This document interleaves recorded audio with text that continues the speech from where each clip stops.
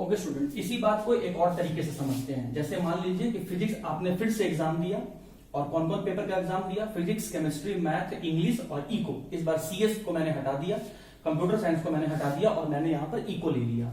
और क्या कहता है कि जब आपने एग्जाम दिया तो आपको फिजिक्स में 80 मार्क्स आया। कितना? टोटल 100 में से आपको फिजिक्स में 80 मार्क्स आया। केमिस्ट्री में भी टोटल 100 में से आपको 80 मार्क्स आया। मैथ में भी आपको टोटल 100 में से 80 मार्क्स आया। इंग्लिश में भी आपको टोटल 100 में से 80 मार्क्स आया। इकोनॉमिक्स में भी आपको टोटल 100 में से 80 मार्क्स आया। तो आपको टोटल मार्क्स कितना आया माय डियर स्टूडेंट? आपको टोटल मार्क्स 400 आया। अच्छा, टोटल कितने मार्क्स का पेपर हुआ? टोटल 500 मार्क्स का पेपर हुआ। तो मुझे पहले क्या निकालने के लिए कहा गया? मुझे कहा गया परसेंट निकालना है। तो परसेंट निकालना है मुझे आपके मार्क्स का, मार्क्स परसेंट, मुझे मार्क्स परसेंट निकालना है। तो पहले मैं क्या लिखूंगा कि आपने टोटल कितना मार्क्स अचीव किया, कितना टोटल मार्क्स आपको एग्जाम में आया, उसे मैंने ऊपर लिखा, दैट इज 400। टोटल कितना मार्क्स का है उसे मैंने नीचे लिखा, और मुझे बताना है परसेंट, तो मैंने इंटू 100 कर दिया। आप जब इसे सॉल्व करेंगे तो ये आपका 80% आ जाएगा। मतलब मुझे 100 टोटल 100 में से, टोटल 100 में से मुझे 80 आया। और अगर यही बात आपको मार्क्स फ्रैक्शन पूछा जाता तो मार्क्स फ्रैक्शन आप कैसे निकालते स्टूडेंट? मार्क्स का फ्रैक्शन कैसे निकालते? आपको टोटल कितना मार्क्स आया? टोटल मुझे 400 मार्क्स आया। टोटल कितने मार्क्स का पेपर था? टोटल 500 मार्क्स का पेपर था। मुझे क्या बताना है? फ्रैक्शन, मतलब मुझे टोटल 1 में बताना है। तो मैंने 1 यहां मल्टीप्लाई कर दिया, और जब मैंने इसे सॉल्व किया तो ये निकल के आया 0.8। मतलब टोटल 1 में से मुझे 0.8 आया। तो जब टोटल 1 में से किसी चीज को बताया जाए, टोटल को 1 मानकर उसमें कितना आया वो बताया जाए, तो वो हो जाएगा स्टूडेंट फ्रैक्शन। टोटल को 100 मानकर अगर उसमें कुछ बताया जाए तो वो हो जाता है परसेंट। अब इस बात को आप यहां समझिए, जब आपसे पूछा गया मार्क्स फ्रैक्शन, तो मार्क्स फ्रैक्शन आपने कैसे निकाला? आपका मार्क्स फ्रैक्शन निकालना है, तो वो आपने कैसे निकाला? पहले आपका मार्क्स बाई टोटल मार्क्स। जिसका मार्क्स फ्रैक्शन पूछा गया, पहले उसका marks by total marks into 1। उसी तरीके से अगर मोल फ्रैक्शन पूछा जाए, तो जिस कंपोनेंट का मोल फ्रैक्शन पूछा जाए, पहले उसका mole by total mole into 1। Into 1 लिखा नहीं जाता है, वो अंडरस्टूड रहता है, इसीलिए बुक्स वगैरह में क्वेश्चन सॉल्व करते हुए इंटू 1 को हटा दिया जाता है।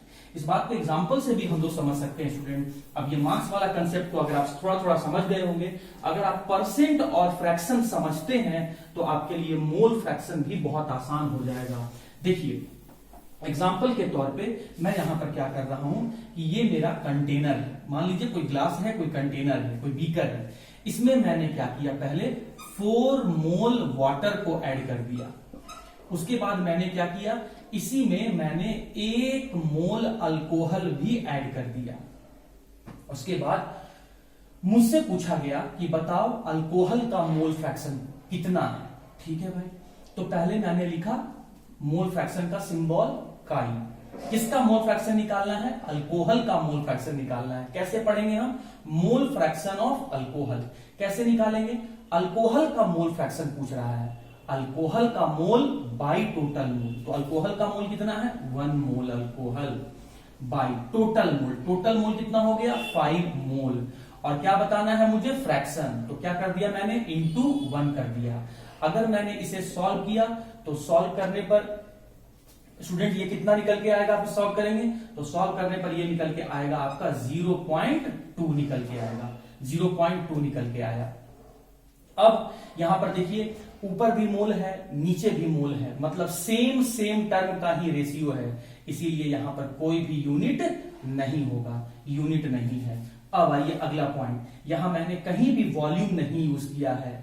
इसका मतलब मोल फ्रैक्शन टर्म वॉल्यूम से जुड़ा हुआ नहीं है, इसीलिए मोल फ्रैक्शन भी टेम्परेचर पर डिपेंड नहीं करेगा। तो ये टेम्परेचर इंडिपेंडेंट होगा। और आपने क्या सीखा कि सेम टर्म का ही रेशियो है, सेम टर्म का ही रेशियो है, इसीलिए ये यूनिट लेस क्वांटिटी है। अब इसके बारे में 5 पॉइंट जो मैंने आपको बताया वो सुन लो। क्या बताया मैंने? 5 पॉइंट। मोल फ्रैक्शन का सिंबल काई।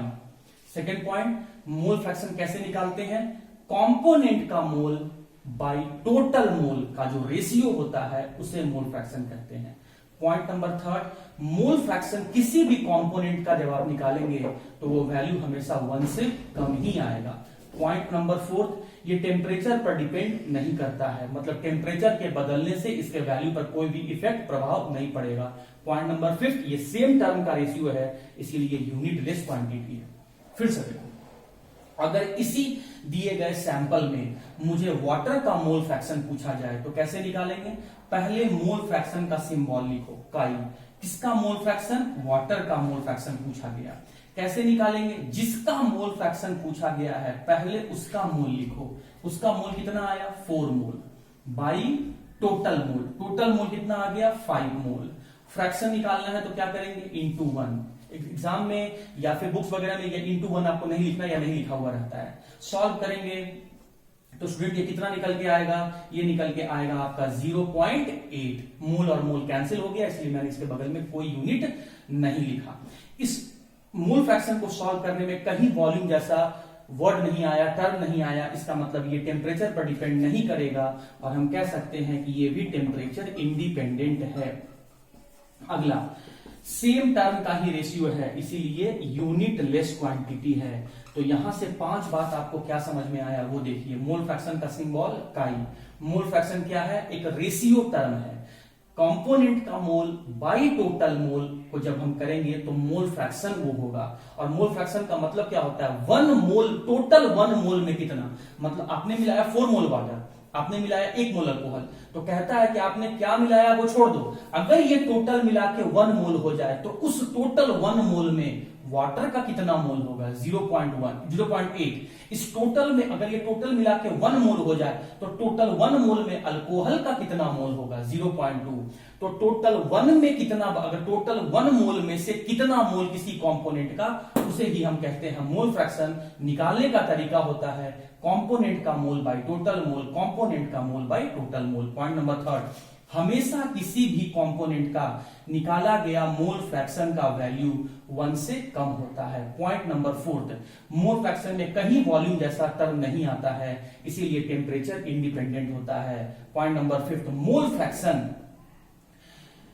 फ्रैक्शन सेम टर्म का ही रेशियो है, इसीलिए ये यूनिट लेस क्वांटिटी होता है। और पॉइंट नंबर 6 जो इंपॉर्टेंट है, जितने भी कंपोनेंट प्रेजेंट हैं, अगर सभी कंपोनेंट का मोल फ्रैक्शन को जोड़ दिया जाए तो पूरे सॉल्यूशन का जो मोल फ्रैक्शन आएगा वो हमेशा इक्वल टू 1 ही आएगा। 1 से कभी भी ज्यादा नहीं हो सकता है। क्या? किसी भी कंपोनेंट का मोल फ्रैक्शन का वैल्यू 1 से ज्यादा नहीं हो सकता है।